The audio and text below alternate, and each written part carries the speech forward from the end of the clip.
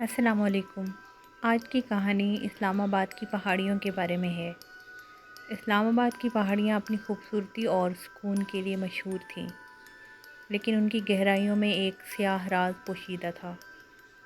لوگوں کی کہانیاں تھیں کہ وہاں رات کے وقت عجیب و غریب آوازیں سنائی دیتی تھیں۔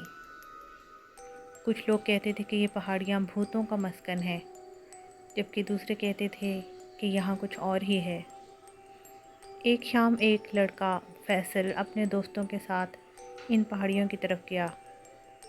وہ ایک خوفناک کہانی سن چکے تھے، جس میں ایک پراسرار مخلوق کا ذکر تھا جو رات کو گھومتی تھی۔ فیصل اور اس کے دوستوں نے یہ ڈیسائیڈ کیا کہ وہ اس کہانی کا سامنا کریں گے اور حقیقت جاننے کے لیے وہاں جائیں گے۔ پہاڑیوں کی طرف جاتے ہوئے ان کے دلوں میں ایک عجیب سا خوف موجود تھا، لیکن وہ اپنی ہمت کو بڑھانے کی کوشش کر رہے تھے۔ جیسے ہی رات کا اندھیرا چھانے لگا، وہ ایک ویران جگہ پر پہنچے جہاں صرف چاند کی ہلکی روشنی تھی۔ اس جگہ کو لوگوں نے چوکی کا نام دیا تھا، اور یہ مشہور تھا کہ یہاں رات کے وقت عجیب و غریب چیزیں ہوتی ہیں۔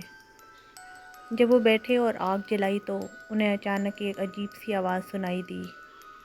یہ آواز کسی کی سرگوشی جیسی تھی، لیکن اس میں ایک دردناک چیخ بھی شامل تھی۔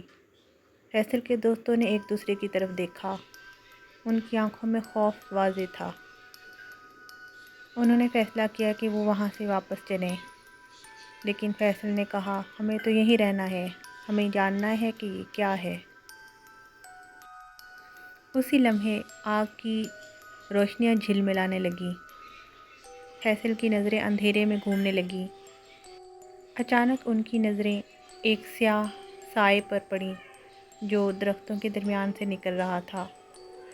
وہ ایک شکل تھی، انسانی شکل کی، لیکن اس کے چہرے پر کوئی خصوصیت نہیں تھی۔ اس کی آنکھیں خالی اور گہرائیوں میں کھوئی ہوئی تھیں۔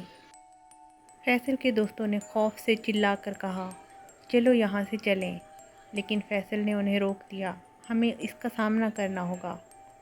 وہ سایہ قریب آتا گیا اور فیصل نے دیکھا کہ یہ ایک مخلوق ہے جس کی جلد سرمئی اور زخموں سے بھری ہوئی تھی۔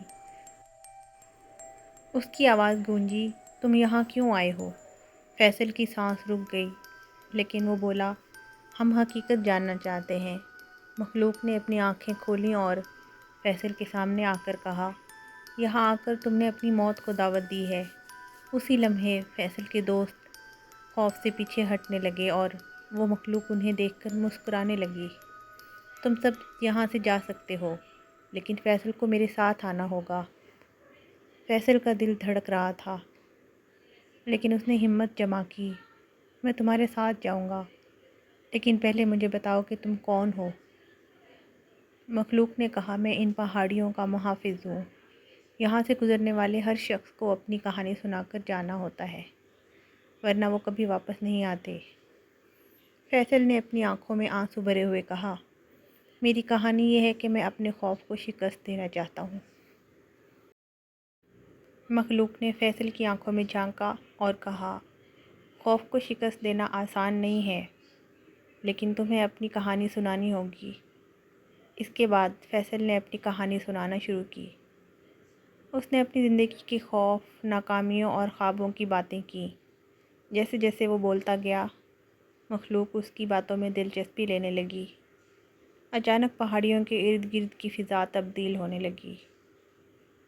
رات کی خاموشی کو خوفناک سرگوشیوں نے بدل دیا۔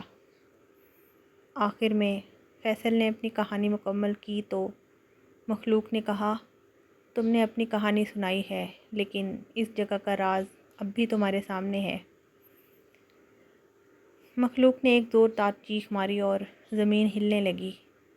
فیصل اور اس کے دوستوں نے ایک دوسرے کا ہاتھ پکڑ لیا، اور مخلوق نے کہا، یہاں سے جانے کا وقت ہے، لیکن یاد رکھو، ہر پہاڑی کا راز ہمیشہ محفوظ رہتا ہے۔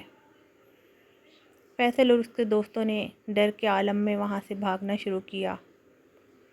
جب وہ واپس گاؤں پہنچے تو ان کے چہرے پر خوف کی سیاہی چھائی ہوئی تھی۔ انہوں نے اپنی کہانی کسی کو نہیں سنائی، کیونکہ وہ جانتے تھے کہ کچھ راز کبھی نہیں کھلنے چاہیے۔ اسلام آباد کی پہاڑیاں آج بھی اسی خوفناک خاموشی میں چھپی ہیں اور لوگوں کی کہانیاں آج بھی سنائی دیتی ہیں، لیکن کوئی نہیں جانتا کہ ان کی گہرائیوں میں کیا چھپا ہوا ہے اور کون سی مخلوق وہاں کی محافظ ہے۔ یہ راز ہمیشہ کے لیے پوشیدہ رہے گا جب تک کوئی اور وہاں آنے کی ہمت نہ کرے۔